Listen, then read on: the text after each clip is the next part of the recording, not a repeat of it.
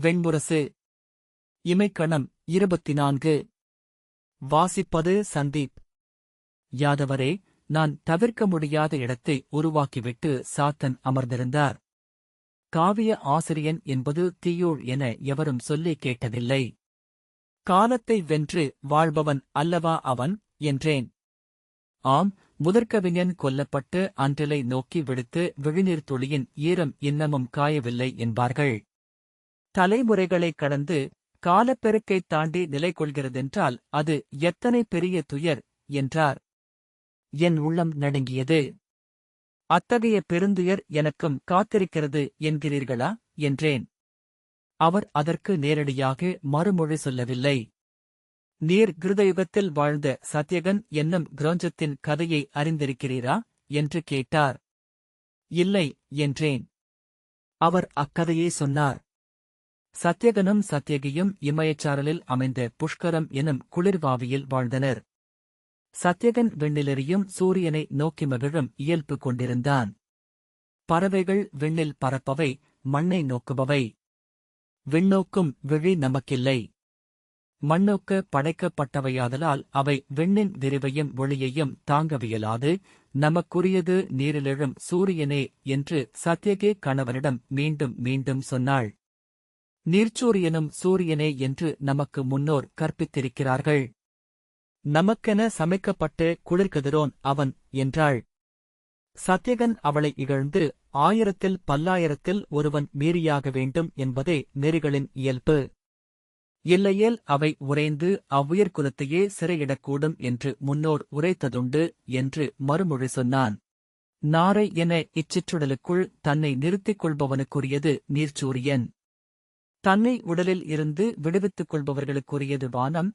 அங்கு ஒளிரும் சூரியன். சத்யகி சீற்றத்துடன் அறிந்து பேசுக.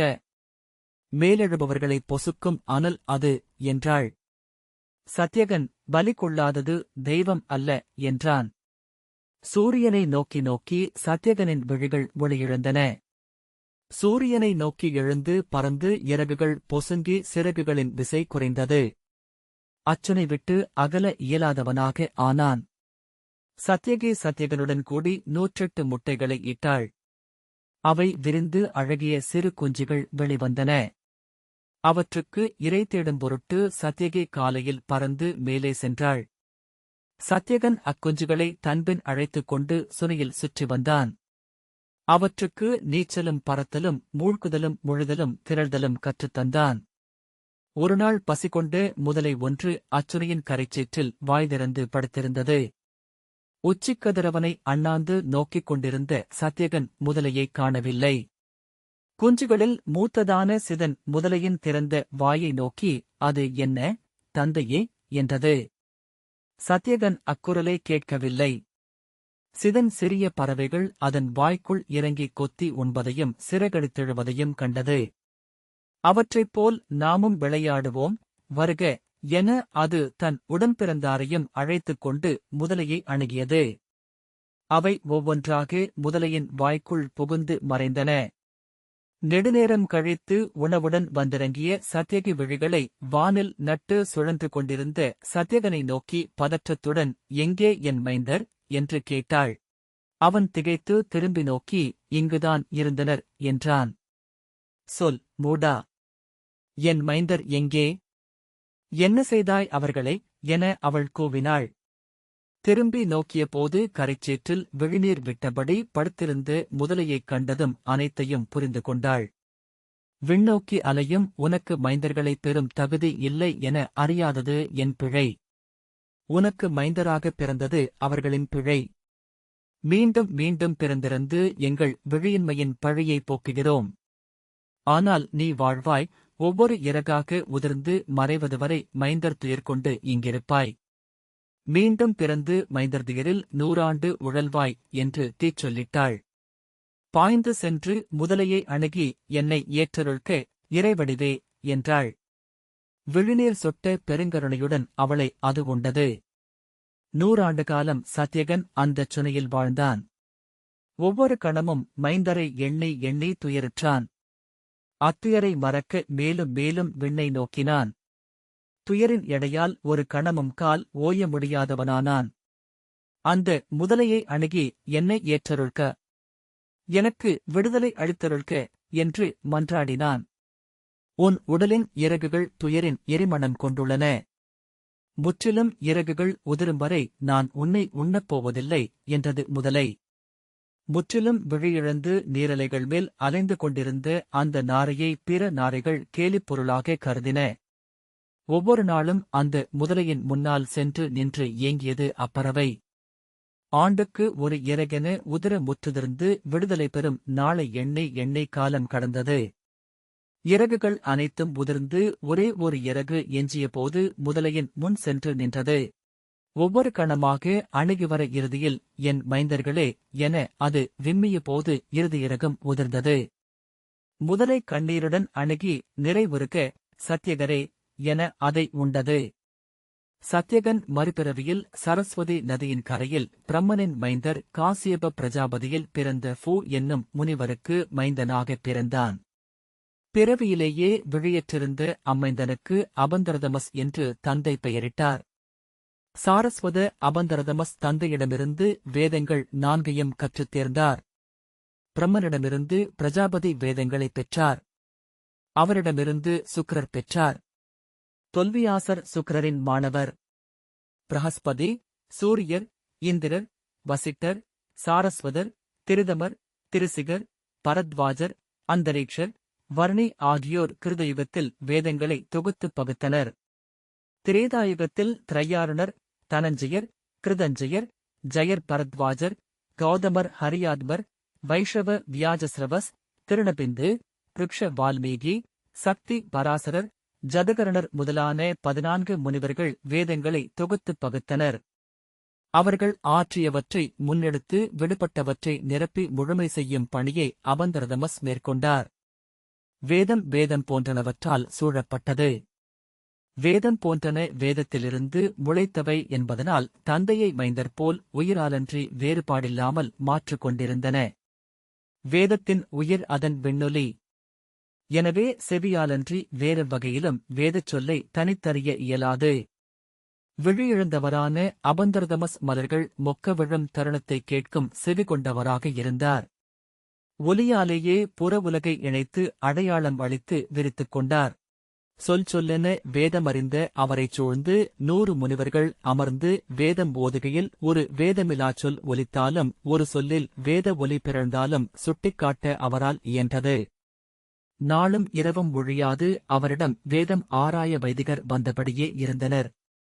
பிரஜாபதியான அபந்தரதமஸ் ஸ்ரவ்யை, ஹிருத்யை, பிரதிபை, ஸ்மிருதி, வா என்னும் 5 மனைவியரை மணந்து 100 மைந்தரைப் பெற்றார். அவர்கள் அவர் வாழ்ந்த சாரஸ்வதம் என்னும் காட்டில் மூத்தவரிலிருந்து இளையவர் என வேதம் கற்று வளர்ந்தனர்.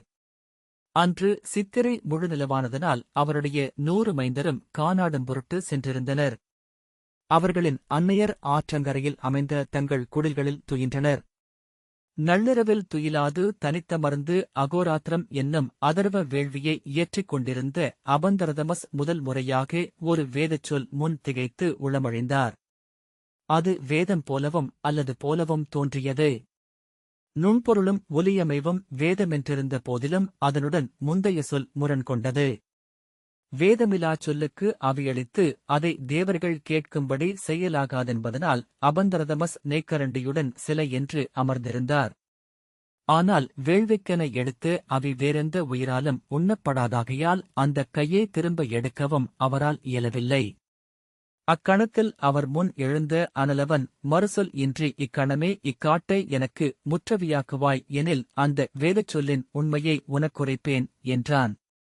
மறு எண்ணமின்றி ஆம் அவ்வாறே என அபந்தரதமஸ் சொல்லளித்தார்.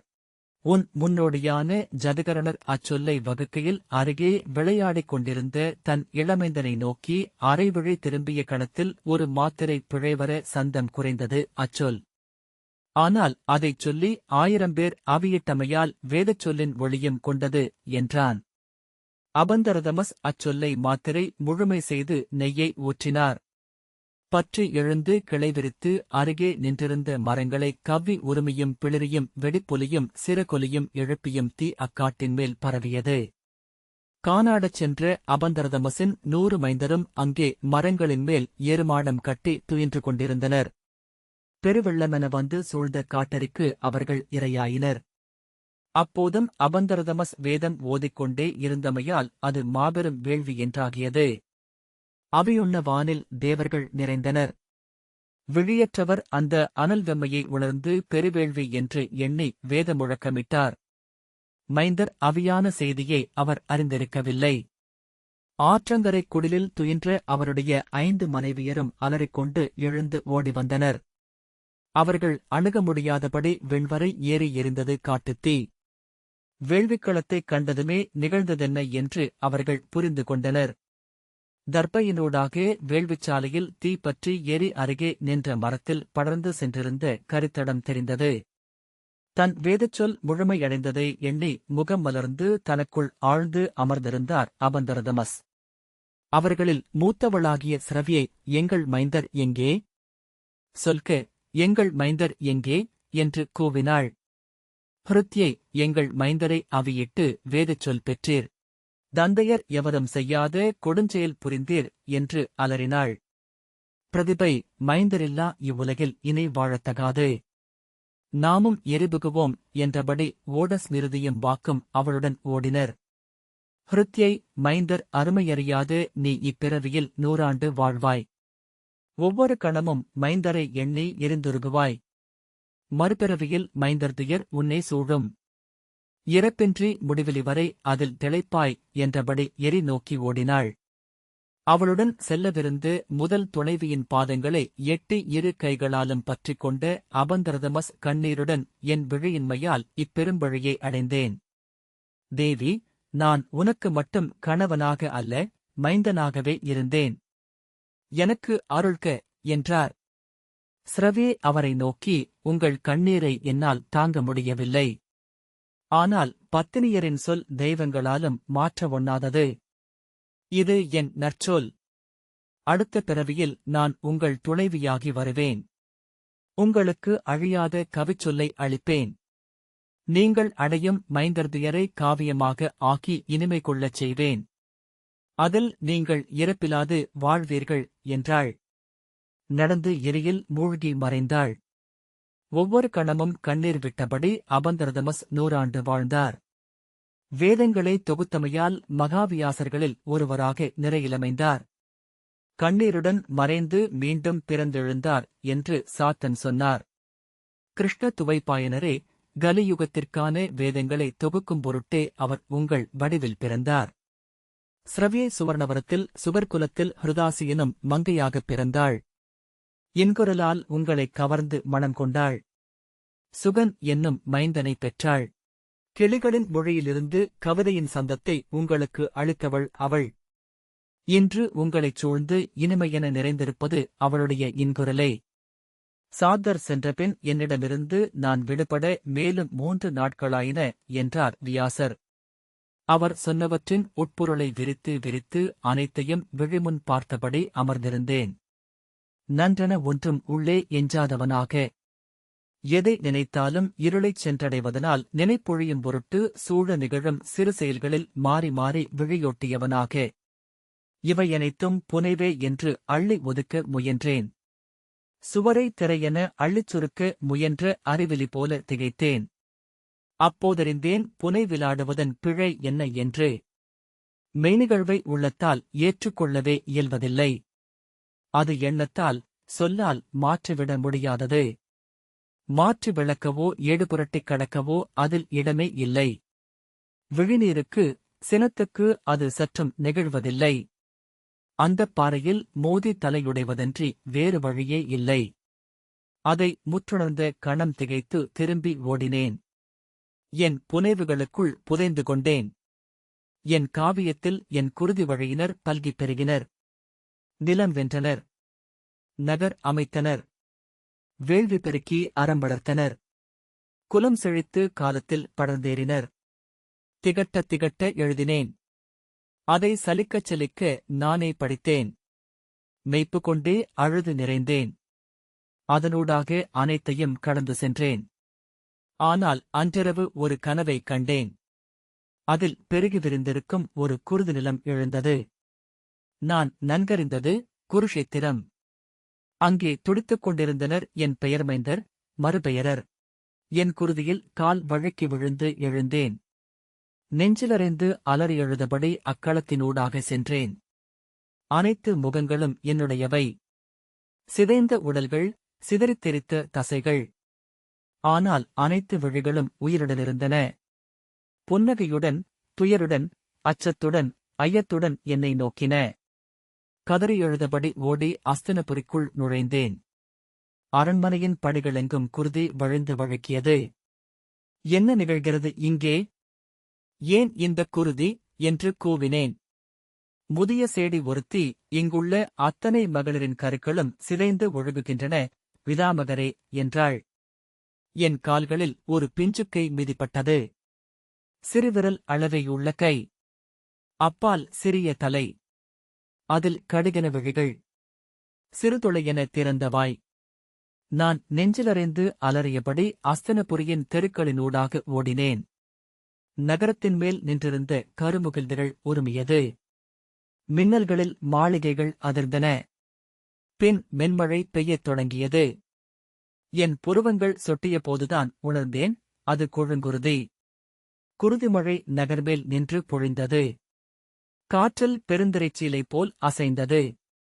தோகைத் திரளாக சுவர்களை அறைந்தது. ஓலமிட்டபடி சுழன்றது. கோட்டையை விட்டு வெளியே சென்றபோது மூவழி திறந்த பேரொருவன் ஒருவனைக் கண்டேன். முக்கூர்வேலும் புலித்தோலும் அணிந்தவன். அப்பால் பிறிதொருவன். மேலும் ஒருவன். நகரைச் சூழ்ந்திருந்தனர் 11 ருத்ரர்கள். அனலுருவான அஜர், அடிமரமென ஒற்றைக்காலூன்றி எழுந்த ஏகபாதர், 4 தலைகள் கொண்ட அக்னிபுத்திரர், எரிகுளமென விழியெழுந்த விருபாட்சர், மலைமுடியென ஓங்கிய ரைவதர், கொலைக்கரம் 100 கொண்ட ஹரர், 12 முகம் எழுந்த பகுரூபர், 3 விழியரான திரியம்பகர், காட்டாளத் தோற்றம் கொண்ட அசுரேசர், பொன்னொளி கொண்ட சாவித்ரர், மின்படை கொண்ட சயந்தர். அவர்கள் 11 சுழற்காற்றுத் தூண்கள் என எழுந்து நகர்மேல் ஏறினர். அவர்கள் ஏந்திய தோமரமும், அனல் கொடியும், வாளும், மின்படையும், அம்பும், அங்கசமும், மணியும், தாமரையும், தண்டும், வில்லும், மழுவும் விசை கொண்டு வானிலெழுவதைக் கண்டேன்.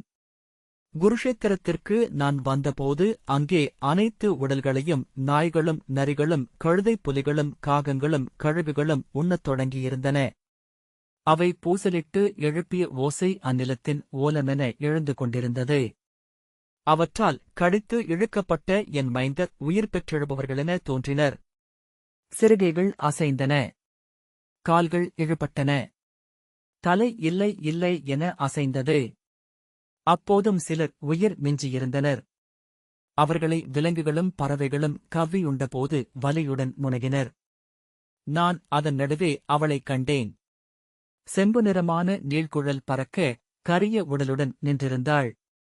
என் விழிமயக்கா என அணுகி நோக்கினேன். இறந்தவர்களின் குலமகளா? ஆனால் அவள் குழல் தழல்கதிரென நெடுந்தூரம் நீண்டு அலையடித்தது. தொலைவிலிருந்து நோக்கியபோது அவள் அழுது கொண்டிருக்கிறாள் என்று தோன்றியது. அண்மையில் சென்று விழிகளை நோக்கியதும் அவள் அழவில்லை, கண்கள் கனிந்திருந்தமையால் அவ்வாறு தோன்றியது என்று உணர்ந்தேன். அவளுக்கு இருபுறமும் நீல நிறக் குழல்கள் கொண்ட 2 அணுக்கியர் நடந்தனர். அவர்களில் ஒருத்தி என்னை நோக்கினாள். என் அருகே வந்து புன்னகைத்தாள். அதற்கிணையான அழகிய புன்னகையை நான் கண்டதே இல்லை. திருமகளே எழுந்தாள் என எண்ணி என் உள்ளம் அமைதி கொண்டது. துயரும் வலியும் தனிமையும் வெறுமையும் அகன்றன. தேவி, நீயே அடைக்கலம் என்று சொன்னேன். வருக என அவள் என்னை அழைத்துச் சென்றாள். குருஷேத்திரத்தின் ஓரத்தில் நிலம் பசித்து வாய்திறந்தது என பெருங்குழி ஒன்றிருந்தது. ஆழத்தில் அடியிலாத கரிய நீர் அசைவின்றி கிடந்தது. இதன் பெயர் வியாசஸ்தலே என்றாள். ஏன் என்று நான் கேட்டேன். இதுவே உங்களுக்குரிய இடம் என்றாள். தேவி, என் அழலனைத்தும் அழியுமா என்றேன். ஆம், அதுவே இறுதி என்றாள். நான் நீடுவாழை என்று அருட்சொல் பெற்றவன் என்றேன். இதுவும் வாழ்வே. இந்தப் பாதை முடிவிலா ஆழங்களுக்கு கொண்டு செல்கிறது என்றாள். 7 அடியிலிகள். இங்கே நீங்கள் அடையும் மைந்தர்த்தியருக்கு நிகரான எதுவும் அங்கில்லை. அதன் விளிம்பில் நான் நின்றேன். மிகத் தொலைவில் பிங்கலகேசினி காற்றில் முகில் என மிதந்து செல்வதைக் கண்டேன். தேவி என கைகூப்பினேன். என் உள்ளத்தின் அலைக்கழிப்புகள் முற்றாக நீங்கின. இனிமை எழுந்து அகம் நிறைத்து உடலில் பரவியது. என் முகம் மலர்ந்திருந்தது. ஒரு கணம்தான் நான் பாய்ந்திருப்பேன். அக்கணம் ஒரு சிறு நோக்குணர்வை அடைந்தேன். ஒரு சிறு அசைவு. விழித்துக் கொண்டபோது இலையிலிருந்து சிறுபாறையை நோக்கித் தாவிய தவளை ஒன்றைக் கண்டேன். பெருமூச்சுடன் நிலை மீண்டபோது உங்கள் நினைவெழுந்தது. நோயுற்றவன் நினைவு கூர்ந்த அருமருந்து என. உடனே இங்கு கிளம்பினேன் என்றார் வியாசர். இந்த வாசிப்பை கேட்டதற்கு நன்றி.